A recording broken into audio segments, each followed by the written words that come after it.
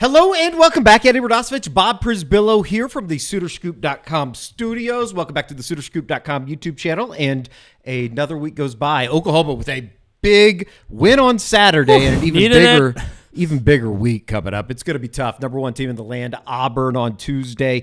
A return trip with Tennessee coming to town on Saturday. But let's go all the way back. Obviously, things didn't go well in College Station, or did they? Because I think that we walked out of there thinking, all right, that wasn't just terrible, but you still took a loss. Good bounce back on Saturday against the Vanderbilt team that led at halftime, and all of a sudden a 23-0 run was kind of the difference in the game on Saturday. Yeah, you mentioned the bounce back. If you want to go in particular, you go Jeremiah Fears. For whatever reason, he can't play against the Aggies. You better hope Tough matchup. OU doesn't match up with A&M in the SEC tournament, and then you won't have to worry about that. But, yeah, I got to admit, in the game thread, probably around the 11-minute to under 12 timeout, I go, this is lifeless. There's zero crowd here.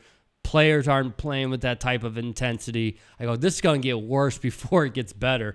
Maybe it did. It did. They were down 13 at one point, and then Dayton, Forsythe, Duke, Miles, they led the charge, and then everyone else started to come with them. Cut it to 4 by halftime, come out in the second half. Vanderbilt scores the first basket of the second half, and then it was a basically downhill after that. Jeremiah Fears, as you said, had a significant bounce back from his 0-for outing in College Station, 29 minutes, 21 points, 6 rebounds, 4 assists. Dayton Forsythe, a career-high 22 minutes, career-high 14 points, and it was him, yet again, diving on the floor, making plays for Oklahoma. It seemed like the first half, which kind of coincided with what you said, was the big run in the first half combined with the second half run. Yeah, because when Dayton brings that type of energy, the one person that couldn't be involved was Jalon Moore. Sure. 2 offensive fouls, so they took him out at the under 8 timeout, and you could just see him itching to want to get back out there and do what he does best, which obviously did in the second half. But Dayton, we questioned it. Like, could he keep doing this every single game? And now you're at a point where you're not questioning it nearly as much. Now you're wondering, okay, does he ever get in foul trouble or something like that to where he can't be who he wants to be? But he's got that demeanor. He understands it. He accepts it, too. Like, he's not itching. He's not trying to fight for starting minutes. He's like, I get what they're asking me to do, and I'm more than willing to do it every single night. Oklahoma shoots 72.7% in the second half, 24 of 33, 7 of 12 from threes, 58.3%. It was something that Porter had talked about coming out of that College Station experience, I guess we'll say, is you look at the box score, and almost every guy that got onto the floor had at least one rebound on Saturday. They end up winning the rebound margin by 15. Yeah, 47-19. We don't want to talk about what happened last week, but it was 47-19 for the Aggies, 21-2 offensively. You knew that had to change, and it was good to see some of the bigs getting rebounds, because that was the joke we all had last week. Dayton Forsythe just led the team in rebound. It was only 4, but you had Jalon Moore, you have Mo, you have Luke Norweather, you have Sam Godwin, and it was Dayton Forsythe that cannot happen again. Let's get into a little bit of the postgame. Porter Moser as well as Jalon Moore, who poured in, 19 points on Saturday. In the second half. 15 in the second half. As you said, he had a little bit of foul trouble, but it was a second half surge that did it for Oklahoma on Saturday in the 30-point win. Here is Porter Moser as well as Jalon Moore. It was both. I was just talking to somebody about the pace. It's hard to get a pace going when they're scoring or getting the offensive rebound and we're fouling like the last game and then the beginning. I mean, you got to get some stops. And what I thought was the best was obviously we switched our coverages to switching 1 through 5, and that was, I think, the biggest adjustment. They're elite at cutting you up on different ball screen coverages, and they were cutting us up. And we made that, and but we were able to get stops. And what I liked is I thought we moved the ball. I think 5 different guys hit paint touch threes, hit threes, moving the ball. And we went down and we continued to guard. I think, and we were on a run. I think we went on 23 because we were able to get transition, getting stops. And I just think that's such a key because I think we're very good in transition. I just think us playing as a team and us locking down on defense and being connected on defense, we made a couple adjustments. Coming out of halftime, and then us just sharing the ball on the other end also.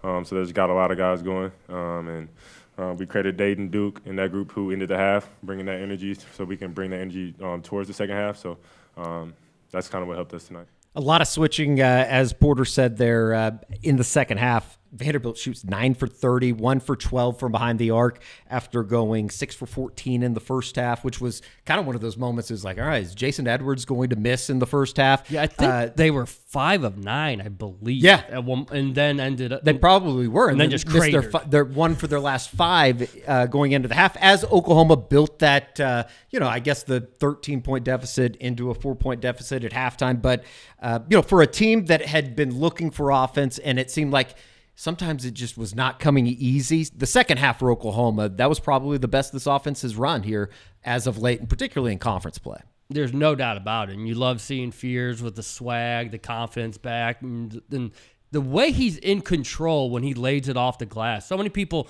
when they speed, they go in so hard like that, and those just throw too hard off the backboard. He's got such a great touch when he gets to the rim, but he was able to have the court vision too, find guys like Glenn Taylor for nice buckets in the paint, but just a tremendous job of guys just feeding off of each other. And Porter did mention the paint touch threes. That's something he talks about all the time, and that's what we thought would kind of be the MO of what this team would be. When you've got Fears and Duke and Kobe, you would drive, you'd get into the paint, someone would be open in the corner, you'd kick it. It hasn't happened nearly as much. Maybe Saturday is the start of what we think the identity of the team could be.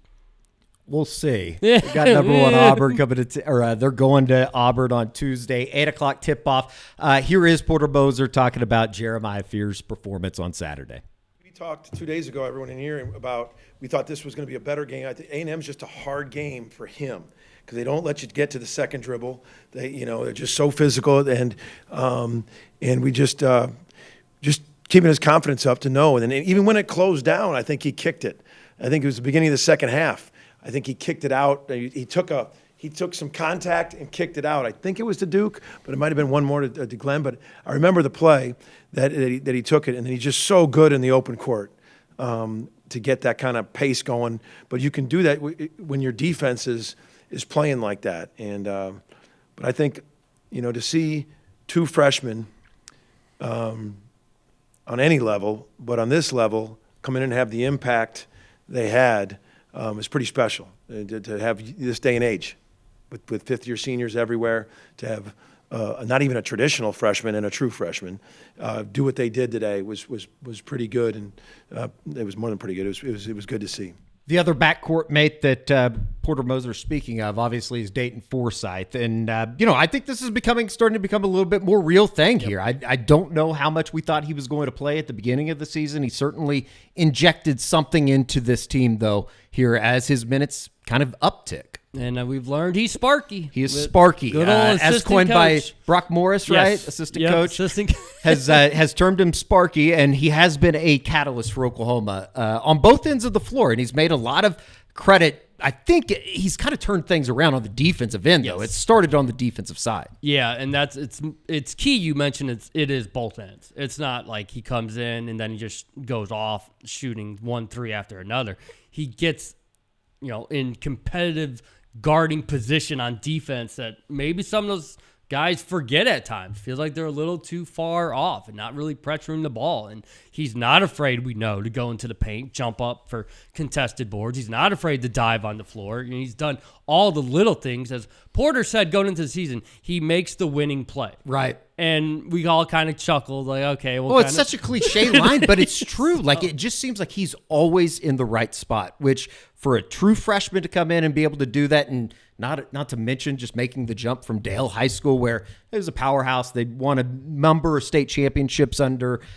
or with Dayton on the team. But it's crazy to me that he's had this immediate impact. Yeah, and because then he has been able to do more than just the energy things. He is aggressive when he's going to the basket. He's very confident when he's taking the threes. And when he's attempting shots, you're not like, oh, no, he doesn't. Like, yeah, like this is a guy who was a walking bucket at Dale. He's had to adjust, but he's got the ability to put 15 to 20 points down. And played on an extremely high level in the EYBL circuit, all that kind of stuff. So maybe it's not as big of an adjustment as we possibly think it is. Here is Dayton Forsythe as well as Porter Moser after the game. Yeah, for sure. It is. I guys like him, all of our guys on our team, they pour confidence into me. They all have super high belief in me, and I think that really helps me out a lot. Going in there, knowing that they have confidence in me, I have confidence in them, and we build trust with each other. So I think that's a big thing for us is trusting each other, the five that's out there, and going to war with each other. It energizes. I mean, what he does is contagious. I mean, you see him coming off a baseline stagger, denying up, getting his hand on the ball, then diving on the floor. He just makes it contagious. He gets his hands on so many things, and he can cause some havoc on offense because he can go downhill. He's strong to make passes through contact, can knock down shots, but just so many toughness plays that he made. He makes it contagious, and I thought we got that thing going in the second half. I thought he was a key guy just to raise the temperature in there, effort-wise. Yeah, for sure. Coach Morris calls me Sparky, so that's kind of caught on. But yeah, I come in and I just try to do anything I can to provide a spark and bring that energy, whether it's on defense or offense, and then. It came with good results. I love everything about the Dayton Forsythe experience right now. It helps that he's a kid from Oklahoma, but he's been phenomenal. It does get very difficult this week. Man. Auburn, the number one team in the land, coming off of a 10-point win at Oxford against Ole Miss on Saturday. And Tennessee, they do it without Ziegler on Saturday afternoon. Will be interesting to see kind of how that goes. He's expected to play on Wednesday night against Missouri before the Vols head here on Saturday morning at 11 a.m. But I guess all in all, it's tough. But if you're able to find a win somewhere this week, what a fantastic return that would be. Yeah, that's what we were talking about Saturday after the game. Is like every single week, just go 1-1. You don't need any 2-0 weeks the rest of the way. It's probably not going to be possible. But if you go 1-1 every single time, you're going to earn enough quad 1 wins, enough top 25 wins, enough wins build that resume to where you're not sweating it out here in like the next month or so. But man, you had like the comeback, the run that you needed at that moment just to know you're going to number 1 Auburn, like they did in Porter's first year. When they got a break from the Big 12 for the Big 12 SEC Challenge, they went to number 1 Auburn. That didn't fare too well, but then they have number 4 Tennessee on Saturday, and it's going to be tough. We all know that, but it's a little bit nothing to lose. Hey, there's no expectation at all going into Tuesday night for sure. So just play loose, see what you can do. Because I almost wonder if they were a little tight in the first half against Vandy, because they felt like they let one go in College Station, only being down 1 possession with 3 minutes left on the clock. And this game, you should just be very, very free. Yeah, you got nothing to lose going down there. The good news is, as they ran into the first time around, was it Jabari Smith for Auburn. They don't have Jabari Smith, but they do have maybe the Wooden Award leader in the clubhouse right now, and Johnny Broome. Just take your pick. Chad Baker Mazzara, Denver Jones has been awesome. Chaney Johnson's been great. Dylan Cardwell's been good. The list goes on and on. The best sixth man. Two of the best teams in the country. Needless to say. Auburn and Tennessee. That's what you have this week for the OU men's side of it. Bob, we appreciate it. Should be an interesting week as Oklahoma goes down to Auburn and then Tennessee come to town on Saturday. Great opportunity, if you will. We'll see. We'll catch up with George Stoya next, talking OU women's basketball with Jennie Baranczyk. We now welcome in George Stoya, hot off of, I don't even know, Monday. You were at the game yesterday for the OU women. They lose 95-86 to Kentucky, excuse me. Let's go back, though, to Thursday. What a valiant effort that was, 107-100. First 2 teams in SEC women's basketball history to get to 100, both teams getting into 100 in regulation, but they come up short. Hell of a comeback, though. They were down by 23 in the second half. Yeah, they've done this a lot this year, Eddie, and we can get into the Kentucky game too, where they were trailing by, I think, was it 15 or 16 in that game and came all the way back. But it looked like LSU was going to run away with that thing, and OU caught fire, and that's kind of what OU does. Is like they can get down quickly. And then they can come back quickly. Yeah. And it's because of the pace of play. It's like the last 5 minutes of the first half down in Baton Rouge that really kind of got away from them. Yeah. And then in the second half, really, I mean, it snowballed, and you thought, okay, this game's over. And they came back, cut it to 1 with like 55 seconds left, And I was like, man, they're going to have a shot to win this thing if they get a stop here. LSU misses a couple shots. I think they got three consecutive offensive rebounds on one possession. And then, of course, that leads to a wide open three, which is just the basketball gods saying, sure, you got to get a rebound. Well, and Michaela Williams was incredible. A career high 37, had 7 threes in the game for Kim Mulkey and LSU. And then, so you walk out of Baton Rouge, you felt pretty good about it. And it's like, okay, you need a good bounce back. And they ran into Kentucky on Sunday and a plethora of threes. Yeah, look, Kentucky's one of the better teams in the country, one of the more underrated teams. They haven't played a very difficult schedule, but I think they only have 2 losses on the season, only 1 loss in conference play. And so, they're a good team, but Georgia Amore, she was the story in this game, the Kentucky point guard. She was unbelievable. And she's been one of the best players in the country this season, but she scores a career-high 43 points, also hit 7 threes, and OU just had no answers. I mean, they tried Lexi Keys on her. They tried Zaya Van. They tried double-teaming her at times, and she would split it and get somebody else open or take it to the basket. She was just phenomenal. And then for OU, it just felt like, offensively they had some stuff going. They weren't great from 3. I think 6 of 27 from 3 in the game, 22%, which isn't great. But Sahara Williams was fantastic, 27 points. Reagan Beers, 18 points.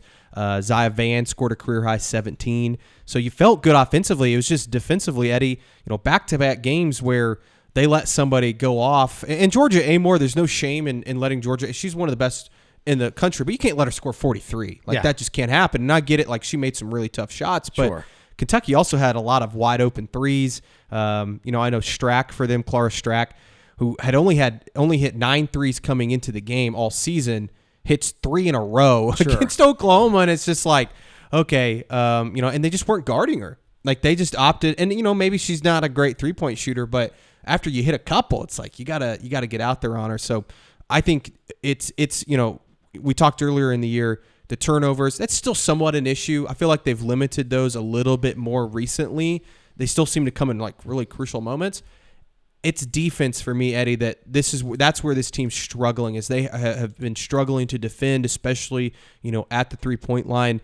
Gave up a ton of threes to LSU and Kentucky, and it just really felt like they were wide open too. Georgia makes 14 threes. Obviously, as you noted, Georgia Amore had 7 of those. Yep. And yeah, I kind of agree with you just in that it seems like if you're talking about Oklahoma defensively, especially over the last 2 games, they're giving up a bunch of looks from behind the arc, and particularly at the point guard position. You're not getting a whole lot of pushback. Michaela Williams and what Georgia Amore were able to do over the last 2, that's a problem. Yeah, and I think it's just, honestly, Eddie, from my vantage point, it's just the speed of this team isn't there. Sure. And then when you play as fast as Oklahoma does, it sometimes gets you caught where you're having to play fast on the other end and the other team's coming down and they're creating shots quickly and you're not ready. And that's what it felt like against Kentucky. And Kentucky's half-court offense was also just really good because Amore was able to kind of navigate traffic and get people open, and there was so much focus on her that it left other players wide open. And then, of course, she just makes some plays. Oklahoma, credit to them again. They were down, I think it was 16 or something, came back, cut it to 1 in the third quarter, and it looked like, okay, they're going to be in this thing. Maybe sure, they can win this.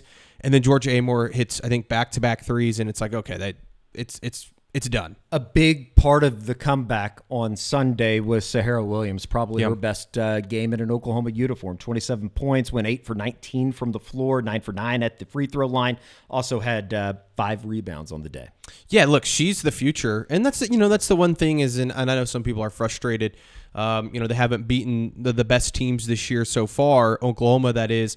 The future is bright. You get Verhulst back next year, Reagan Beer, Sahara Williams, but I still think this team, Eddie, they haven't played to their full potential yet. And we were saying in the conference room before we came in here, it feels like OU right now is 8 to 10 points away from being one of those really, really good teams. They're not there yet, and that's whether that's you need to score 8 to 10 more points a game, or you need to limit 8 to 10 more points a game. And I would say limit, because they're scoring at a high mark. They're able to score the basketball.